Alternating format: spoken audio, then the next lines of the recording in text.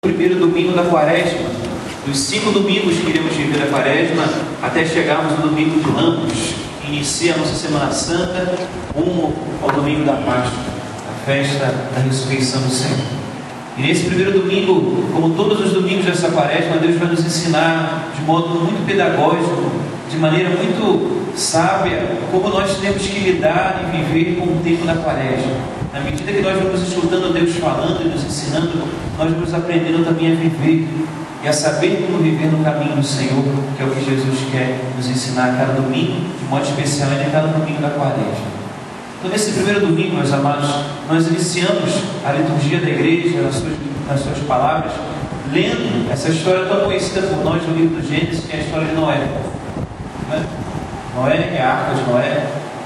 Deus que pede Noé para construir uma imensa arca, da qual a família dele, todos os animais, de pares em pares, de casal em casal, se posso dizer, pudessem ser salvos do dilúvio que estava por chegar, da chuva que iria vir e devastar toda a face da terra, toda a humanidade. Só seriam salvos a família de Noé e os animais que não tinham culpa nenhuma no pecado dos homens. Essa é a história que nós hoje escutamos e precisamos entender o porquê essa história aconteceu. E tantas outras histórias da Bíblia aconteceram, que infelizmente aconteceram porque o ser humano quis se afastar de Deus e ser infiel a Deus. É o que Jesus quer nos mostrar hoje. Entramos na Quaresma, e Quaresma é um tempo de muita graça, por isso é um tempo de muita provação e tentação também. Logo a gente precisa estar atentos, a gente precisa estar esperto, a gente precisa estar realmente iluminados pela palavra de Deus, para que a gente não passe esse tempo e perca e desperdice a graça de Deus nesses 40 dias. Porque haverá quem queira nos atrapalhar, que é o demônio. Haverá um mundo que não quer saber do modo de viver com a Quaresma nos pés, rezando mais, fazendo mais caridade, oferecendo algum tipo de penitência. O mundo hoje nos diz: rezar para quê? Ainda mais rezar mais. O mundo em que nos diz se sacrificar, oferecer sofrimento, isso é loucura. Hoje é comodismo. Hoje, quanto mais você fazer para ter prazer, e prazer, e prazer, melhor. No mundo em que cada um olha para os seus próprios problemas e não consegue enxergar para o lado e ver o irmão necessitado para ajudar, para que fazer tanta caridade? Para que se esforçar para fazer caridade? Logo, o modo de viver a Quaresma hoje é totalmente rejeitado pelo mundo. E exatamente esse é o modo de pensar do mundo, e está igualzinho ao modo de pensar do demônio. Hoje nós iniciamos esse evangelho da tentação do deserto, e o evangelho de São Marcos não nos fala quais são as tentações que Jesus passou. A gente sabe dos outros evangelhos. A tentação é exatamente do ter, do poder e do ser. A tentação de querer ser autossuficiente, não precisar de ninguém, logo preciso rezar, não preciso de Deus, coisa nenhuma. A tentação do poder: eu posso tudo, não preciso de ninguém, então para que fazer caridade? Então para que receber ajuda? Eu me baixo.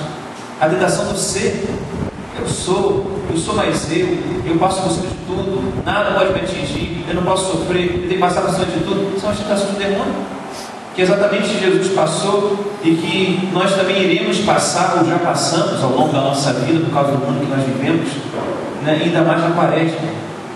E essas tentações virão e vão querer nos atrapalhar, para que a gente passe mais uma Quaresma, mais 40 dias, e fique a mesma coisa que a gente poderia ter mudado de ruim e de complicado para nós. Por isso, a importância da história de Noé. Por isso, ver e aprender com Noé, ser um homem unido a Deus.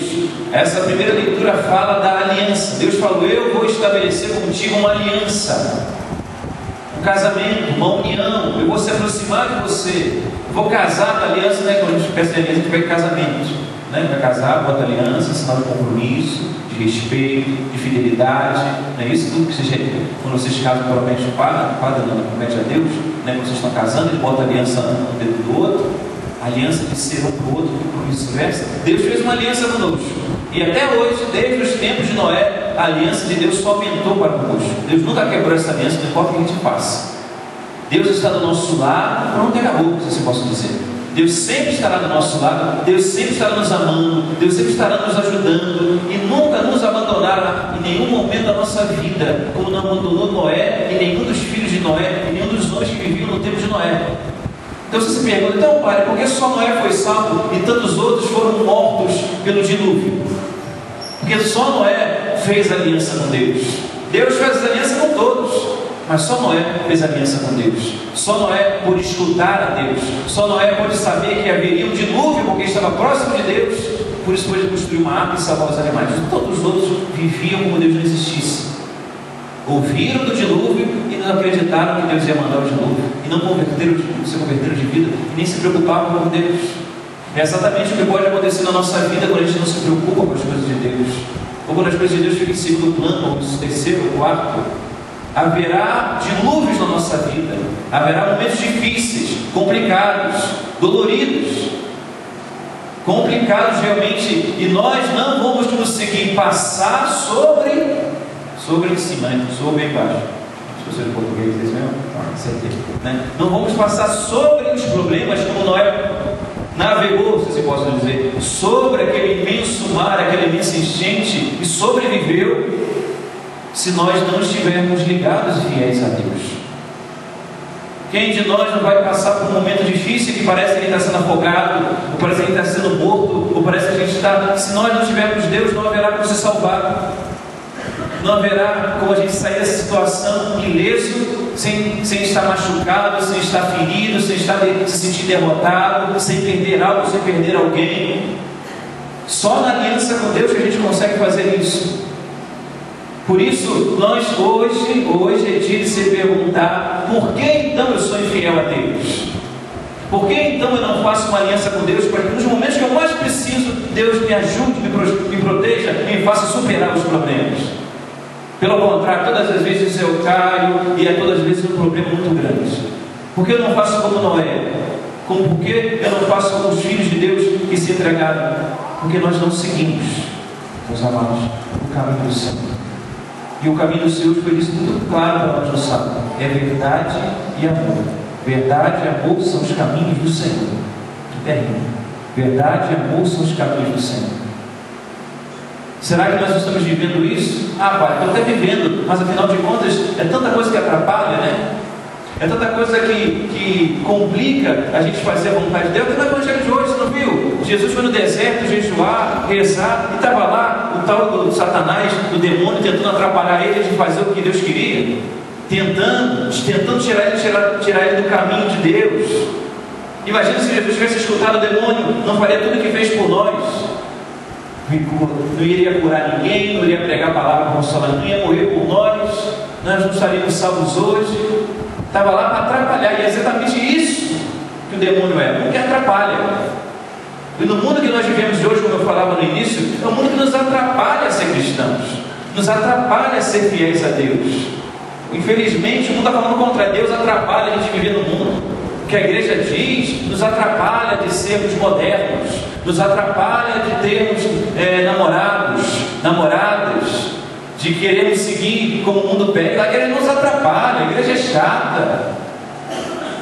Pelo contrário, quem atrapalha de ser fiéis a Deus é o mundo. E se nós não somos fiéis a Deus, acabou de falar o fim de todas as coisas. Por isso, é preciso perguntar: por que eu estou sendo infiel? E sempre a nossa desculpa é: por que aconteceu isso? Porque o mundo é assim. Porque é muito difícil viver e estudar nos colégios de hoje, nas faculdades de hoje. É muito difícil trabalhar no ambiente hoje que não é católico, todo mundo não pensa assim, passar por cima dos outros e pronto, acabou, e se dá bem. No mundo de hoje não dá para ser cristão, ser católico. No mundo de hoje não dá para ser fiel a Deus, Padre. É desculpa que muita gente dá, desculpa que não devíamos dar, justificativa que ninguém teria que dar, porque não serve.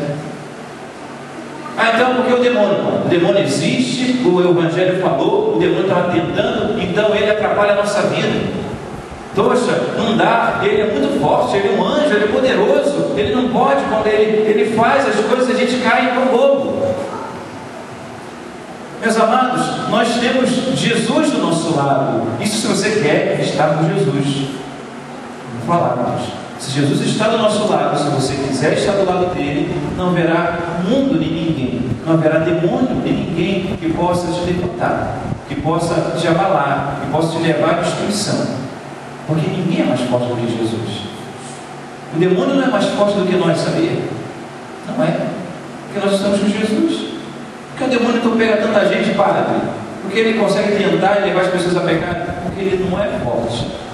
Ele não vence pelos músculos, vence pela inteligência.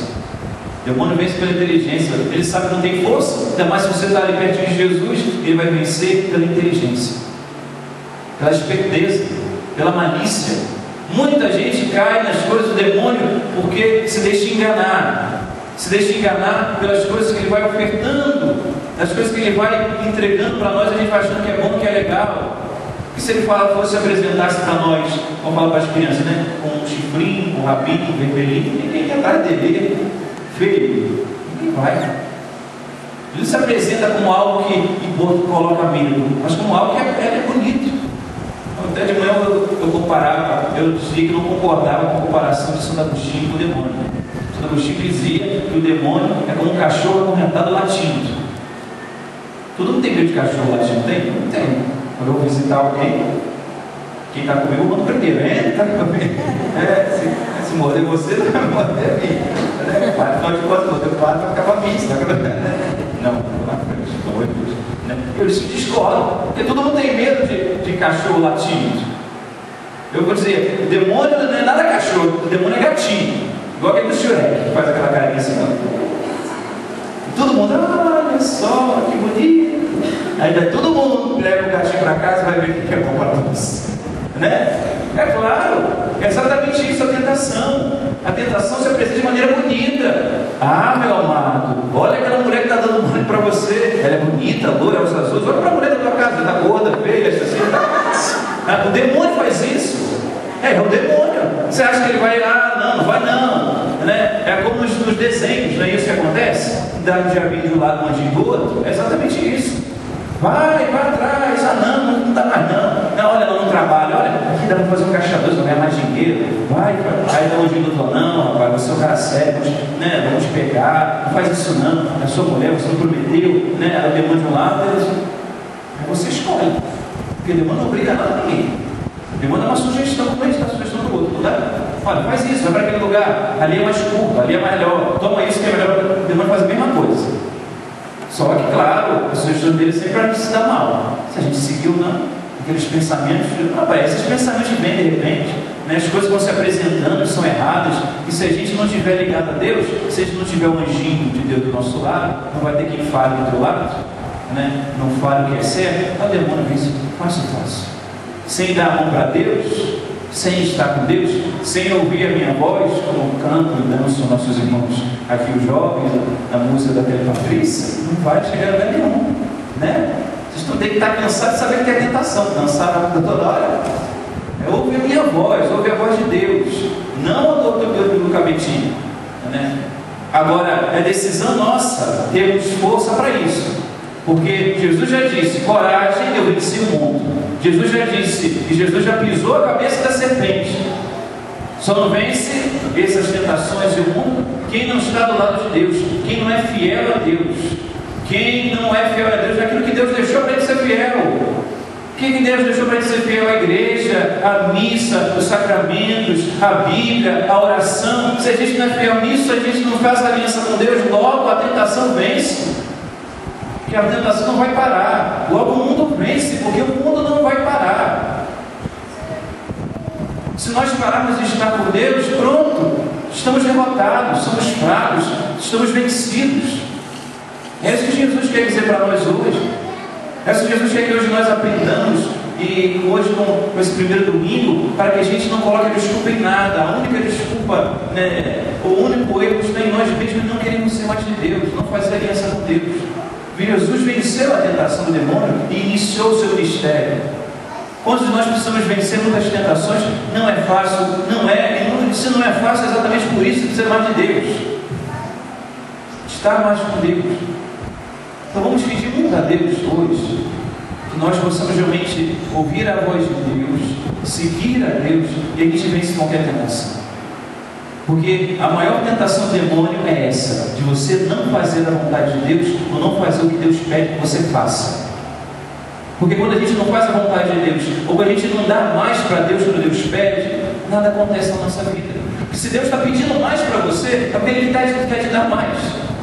Ah, mas você não, há muito tempo, aí para ir mais para a igreja, tem que rezar mais, 40, tem que fazer caridade, tem que fazer, não vou dar mais não.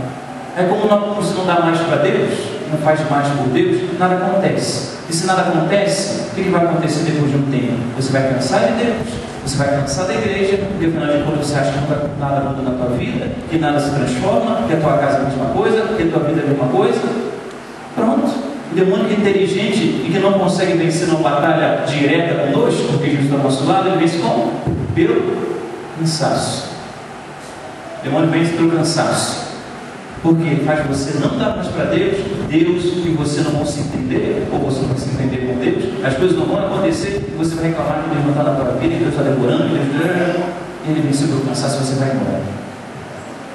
Meus amados, percebamos, as coisas estão aí presentes, no meio da televisão, de programas de TV, de músicas, de sugestões e conselhos de nossos irmãos que infelizmente não buscam a Deus. Se não buscam a Deus, não tem um anjinho aqui no ouvido falando que é certo, só tem um demôniozinho falando que é errado. Então certos amigos não vão nos aconselhar de maneira certa, porque eles não querem caminhar com o anjinho do lado, com Deus na presente.